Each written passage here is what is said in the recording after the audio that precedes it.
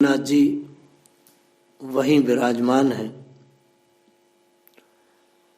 आज भी श्री विभीषण जी भगवान का पूजन करने के लिए नित्य आते हैं।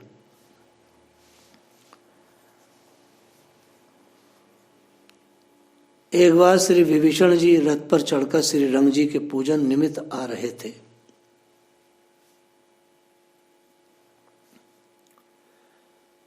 विप्र घोष नाम के गांव में गली के एक मोड़ पर संयोगवश एक धर्मात्मा वृद्ध ब्राह्मण इनके रथ के नीचे दबकर मर गए।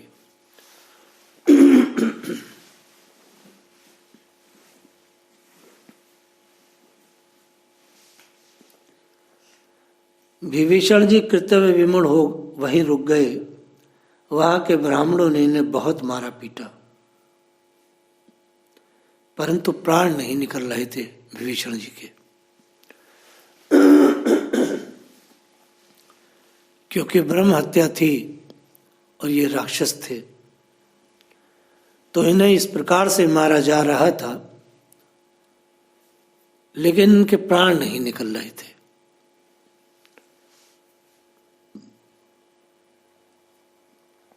तब इन्हें जंजीरों से जकड़कर जमीन के अंदर एक कोठरी में बंद कर दिया, जहां ऑक्सीजन भी नहीं थी।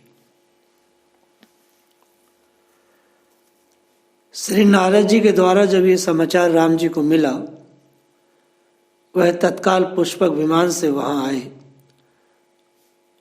और वहां के ब्राह्मणों ने राम जी का बड़ा स्वागत किया।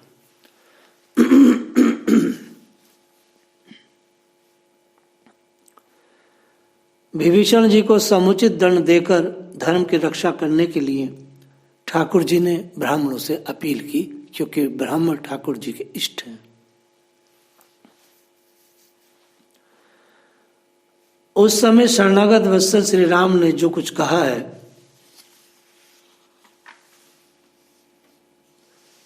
उससे भगवान की भक्तों के प्रति कितनी ममता है, इस तथ्य का उद्घाटन होता है।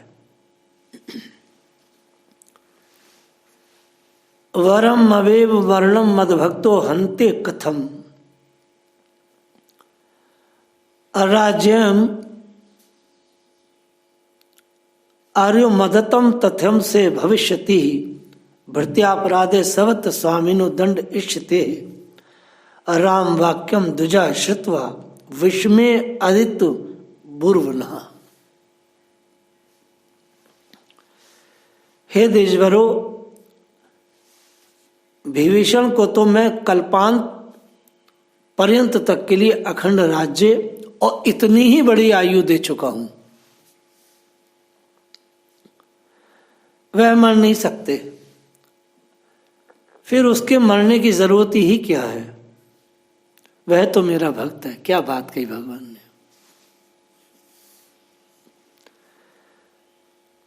भक्त के लिए मैं स्वयं मरने को भी उद्यत हूं। सेवक के अपराध की जिम्मेवारी तो वास्तव में स्वामी पर ही होती है, शास्त्रचित बात है। क्योंकि भगवान ने सनकादि ऋषियों से भी यही बात कही थी, मेरे सेवकों ने तुम्हारे प्रति अपराध किया है, ये जिम्मेवारी मैं लेता हूं। नौकर के दोष से मालिक ही दंड का पात्र होता है, अतः विभीषण के बदले आप लोग मुझे ही दंड दीजिए। अस स्वभाव कहु सुनऊ न देखऊ, कही खगेश रघुपति समलेखऊ। काग भूषणी ने कहा है उत्तर रामायण में कि है गरुण ऐसा स्वभाव संसार में किसी का नहीं देखा गया जैसे हमारे राम जी का है। तभी तो तुलसीदास जी ने कहा है, हरि तजी और भजई काही, नाही ने कहू राम सो ममता प्रत पर जाई। श्री राम ने अपने हाथ से विभीषण के बंधन खोले, उन्हें हृदय से लगाया। यह सब सुन देखकर ब्राह्मण बड़े विस्मित हुए और सबके सब ऐसे करुणा में स्वामी के शरण ग्रहण करने लगे। यह कथा स्थल पुराण में कही गई है।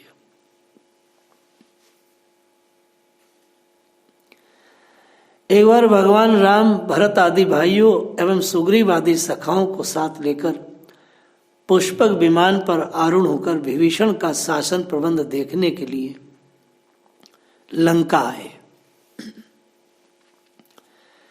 विभीषण जी के हर्ष का ठिकाना नहीं रहा। परम प्रेम उल्लास में भरकर प्रभु का बड़ा भारी स्वागत समारोह हुआ। प्रभु का दर्शन कर साष्टांग प्रणाम कर अपने जीवन को जन्म को सफल समझा। उत्तम उच्चतम रतन जड़ित स्वर्ण सिंहासन पर विराजमान ठाकुर जी को कराकर षोडश उपचार विधि से पूजन किया।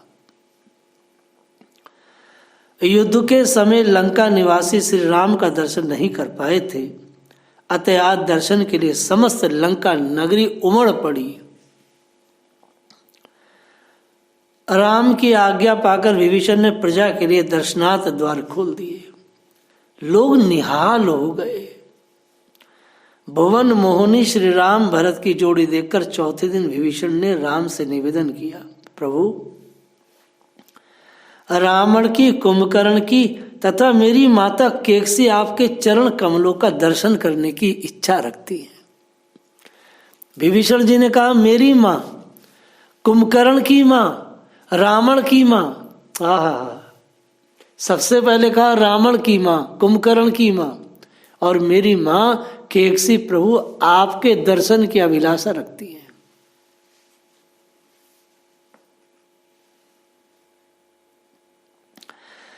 उन्हें दर्शन देकर कृतार्थ करें।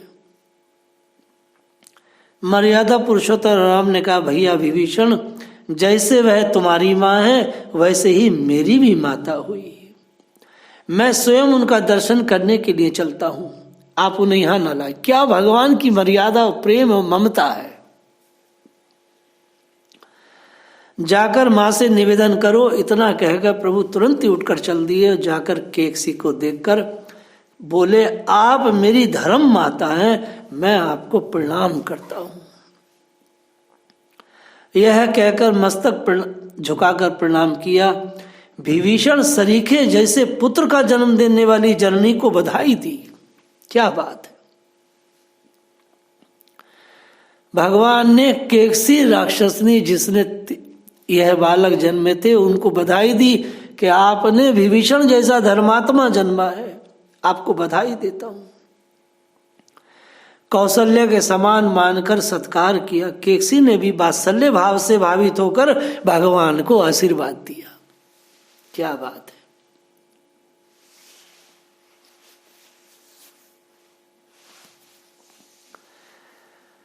पश्चात विभीषण पत्नी शर्मा ने श्री राम की स्तुति की।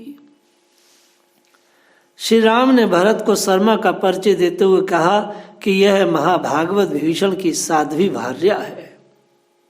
श्री राम ने भरत जी को परिचय दिया है शर्मा का। भरत भैया, यह महाभागवत विभीषण जी की भार्या है, इनका नाम शर्मा है। यह परम साध्वी सीता की प्रिय सखी है। इनकी सखीता बहुत ही दृढ़ है। लंका में अशोक वन में निवास काल में इन्होंने अपनी पुत्री कला के साथ सीता की बहुत सेवा की थी। तदंतर श्री राम ने विभीषण, शर्मा और समस्त लंका निवासियों को समुचित उपदेश दिया। कुछ दिन ठाकुर जी वहां रह करके फिर चलने के लिए प्रस्तुत हुए तो विभीषण ने समुद्र पर स्थापित सेतु बंध के संबंध में आपत्ति की।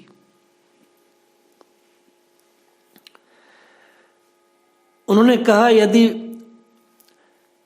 ये बना रहा तो अवांछनीय लोग लंका माराकर शांति भंग करेंगे। प्रभु, आपकी जैसी आज्ञा हो वैसा हो, आप जैसा उचित करें वैसा करें। राम ने सेतु को तोड़ दिया, उसके टुकड़े टुकड़े कर दिए। अब लंका पुनः फिर वैसी हो गई। खाई सिंधु समीर अति चारे दिशा फिरी। आप खाई में सब तरफ खाई है समुद्र की। श्री राम अयोध्या आ गए। इस प्रसंग से भगवान राम का विभीषण एवं उनके कुटुंब के प्रति जो अनुराग दर्शित होता है वो बहुत गजब का है। भक्तमाल जी के टीकाकार प्रियादास जी ने विभीषण जी के जीवन का बहुत ही मधुर सुंदर संस्मरण प्रस्तुत किए। ये सब प्रियदास जी ने किया है। सारे शास्त्रों से निकाल के विभीषण जी की चीजों को भक्तमाल में उन्होंने नक की तरह रखा है। ऐसा कौन कवि है जो विभीषण जी की भक्ति का वर्णन ना कर सके, वर्णन कर सके? वास्तव में कोई नहीं हो सकता। विभीषण जी की भक्ति साधारण भक्ति नहीं है।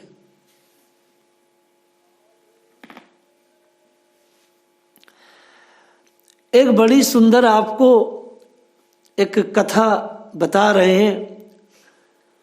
एक बार समुद्र में जहाज जा रहा था, वह जहाज ज्वार भाटा में अटक गया। तो समुद्र में जो यात्री थे वो बोले, भैया समुद्र जो है वो है बलि चाहता है, इसलिए कोई नर बलि दे दो। तो जहाज के प्रमुख व्यक्ति ने एक दुर्बल सा पंगु मनुष्य को समुद्र में बलिदान के लिए फेंक दिया। ठीक है, वह जब समुद्र में गिरा तो मरा नहीं, ठाकुर जी की कृपा से तरंगों में बहते बहते लंका के टापू के पास जाके लगा। लंका एक टापू ही तो है। उसे पकड़कर, क्योंकि कभी भी किसी राक्षस ने मनुष्य को नहीं देखा था, लंका के राक्षसों ने कभी मनुष्य को नहीं देखा था,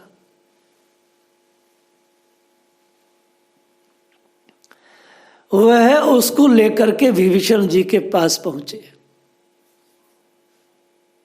कि महाराज एक अजीब सा जंतु है, आज तक हमने समुद्र में बड़े बड़े जंतु देखे, लेकिन ये एक अजीब सा जंतु है, ये कौन है? क्योंकि उन्होंने कभी देखा नहीं था मनुष्य को।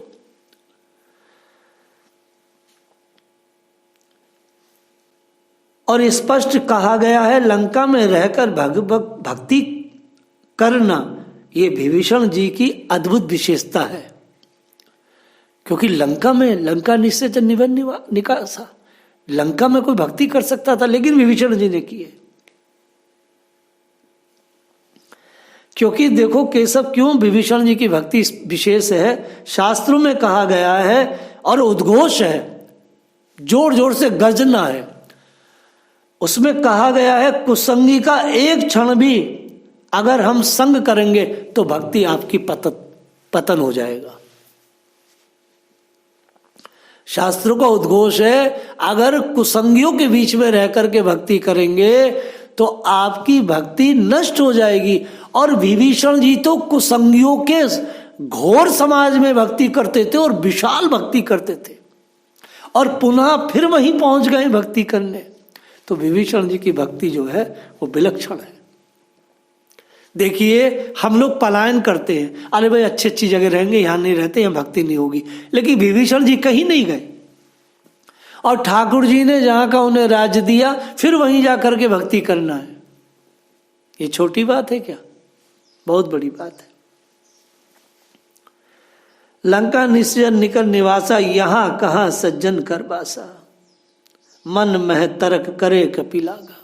हनुमान जी जाकर के जब अन्वेषण करते हैं तो सोचते हैं यार यहां सज्जन कैसे हो सकता है।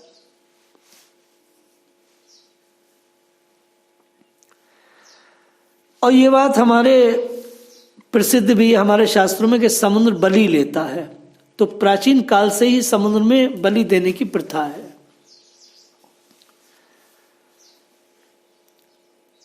अब आप ये बताइए, भव सागर में डूबते हुए लोगों को भगवान बचा लेते हैं, ये तो खाली समुद्र में ही डूबा था व्यक्ति, तो क्यों भगवान नहीं बचाएंगे?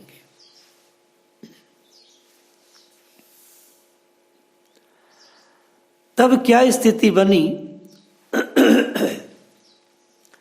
कि उनको लेकर के वो जब विभीषण जी के पास गए तो वो व्यक्ति तो मनुष्य था, भारत से गया था, लंका में तो सब राक्षस ही थे। तो सारे के सारे राक्षस उनको एक जलचर प्राणी मान करके कोतूहल गोद में उठाकर और गेंद की तरह खेलते हुए आनंद में भर करके विभीषण जी के पास पहुंचे। उन्हें गिरने नहीं दे रहे थे। अब वो मरने भी नहीं दे रहे थे और खूब खेल रहे थे, पुचकार भी रहे थे। और ऐसे हो, अरे भैया पता ना कहाँ है जी, मनुष्य को कभी देखा नहीं था। जैसे ही दरबार में पहुंचे विभीषण जी के सामने उस मनुष्य को लेकर के, और वो पहुंचे क्यों उस राक्षस उस मनुष्य को लेके कि हमारे महाराज इस विशेष जल जंतु को देख करके प्रसन्न होंगे और पिंजड़े में रख के पालेंगे, वही बड़े अच्छी कमाल की चीज लाए हो, या को पालेंगे। जैसे ही विभीषण जी के सामने वो पहुंचा, पंगु मनुष्य, तो विभीषण जी के मुख से तुरंत ही भगवान का नाम निकला और तुरंत सिंहासन से उठ करके बोले, ये तो राम जी के जैसा लगता है, क्योंकि भगवान तो मनुष्य है।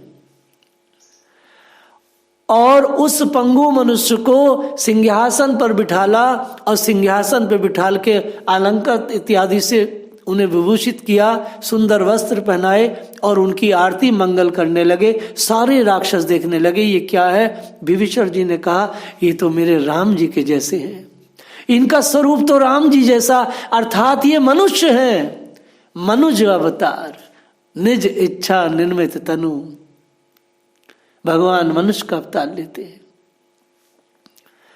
तो विभीषण जी ने कहा, ये तो मेरे राम जी की जाति में जन्मे, अर्थात मनुष्य एक जाति है, और ये मनुष्य जाति का ये कोई जल जंतु नहीं, ये मनुष्य है मूर्खों, और ये राम जी इसी जाति में जन्मे, अर्थात ये तो मेरे राम जी है। और विभीषण जी ने बहुत उनकी सेवा किया। लेकिन आप आश्चर्य करेंगे, इतने भयानक भयानक राक्षसों को देख करके वह व्यक्ति जिसकी पूजन कर रहे थे विभीषण जी, भक्ति भावना को न समझकर और फूल माला इत्यादि जब उन्हें पहना रहे थे और उनका अर्चन बंदन कर रहे थे, तो उनको कोई भी सुख नहीं मिल रहा था। उस व्यक्ति को ना तो वो उनकी भाषा समझते थे और ना ही वो व्यक्ति समझने लगा ये मुझे बलि बनाने के लिए, अभी तो मुझे बलि दी थी वहां पर, मैं बच गया भगवान की कृपा से, और ये राक्षसों में फिर मुझे विधि ने डाल दिया है, अब ये फिर मुझे अब बलि देंगे। तो इस प्रकार से वह डरने लगा और कपकपा रहा था। तो विभीषण जी ने कहा, आप डरे ना, आप बताइए मुझसे चाहते क्या है। बोले, महाराज अगर आप मेरी प्रसन्नता चाहें तो बस एक काम करें, मुझे आप समुद्र के पार वहां पहुंचा दें जब भारत भूमि आर्य भूमि है। अब ये सवाल ही आता, विभीषण जी जैसा महाभागवत का संग करने के बाद भी वह व्यक्ति सुधरा क्यों नहीं, बदला क्यों नहीं, वह फिर पुनः माया में क्यों जा रहा है। कारण है बहुत बड़ा। इसमें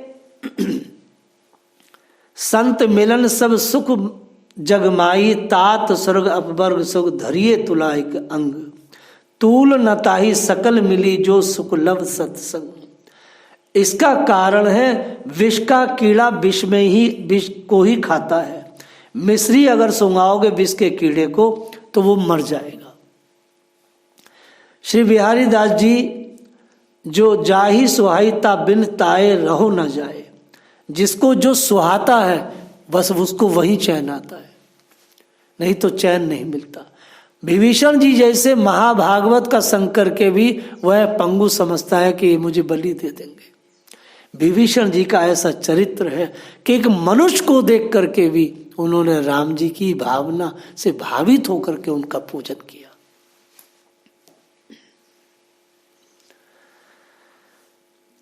इसमें एक दृष्टांत आता है बणिक का।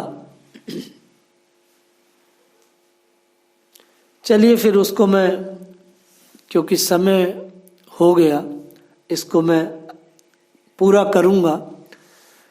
मैं विभीषण जी की बात कर रहा हूं। विभीषण जी ने उस मनुष्य के सिर में राम नाम लिख करके कहा कि तुम, यह राम नाम तुम्हें जो है समुद्र पार कर देगा, जाओ। और विभीषण की कृपा से मनुष्य ने सच्चा प्रेम और विश्वास पाया राम नाम के प्रताप से, वह दिव्य रूप हुआ और संयोगवश वो जहाज फिर उसे मिला और जहाज के लोग फिर उसे बिठाल के ले गए। यह सुनकर के जब जहाज के लोगों को उस मनुष्य ने ये बताया तो जहाज के लोग अनुविनय करके उसको क्षमा मांगी और भगवान की कृपा पर बड़ा भरोसा हुआ। लेकिन किसी ने लोभवश, क्योंकि विभीषण जी ने जब उस पंगु मनुष्य को विदा किया था तो बहुत सारी स्वर्ण सामग्री लेकर भेजा था, तो लोभवश उसको वो छीन करके पुनः उसको नीचे फेंक दिया कि इसको मार दो। लेकिन वो व्यक्ति डूबा नहीं, जल में थल की तरह चलने लगा राम नाम के प्रभाव से। और राम नाम में कौन सा? विभीषण जी के राम नाम ने, जो विभीषण जी ने दिया था उस राम नाम से। अब वो राम नाम कैसे दिया था? एक तुलसी के दल पर लिख करके राम नाम दिया था, तुलसी के दल पर, कि ये तुम्हें जो है पार लगा देगा। यह देखकर सभी श्री राम नाम के प्रति बहुत ज्यादा प्रेम से भर गए और क्षमा मांगने लगे। जय श्री राधे।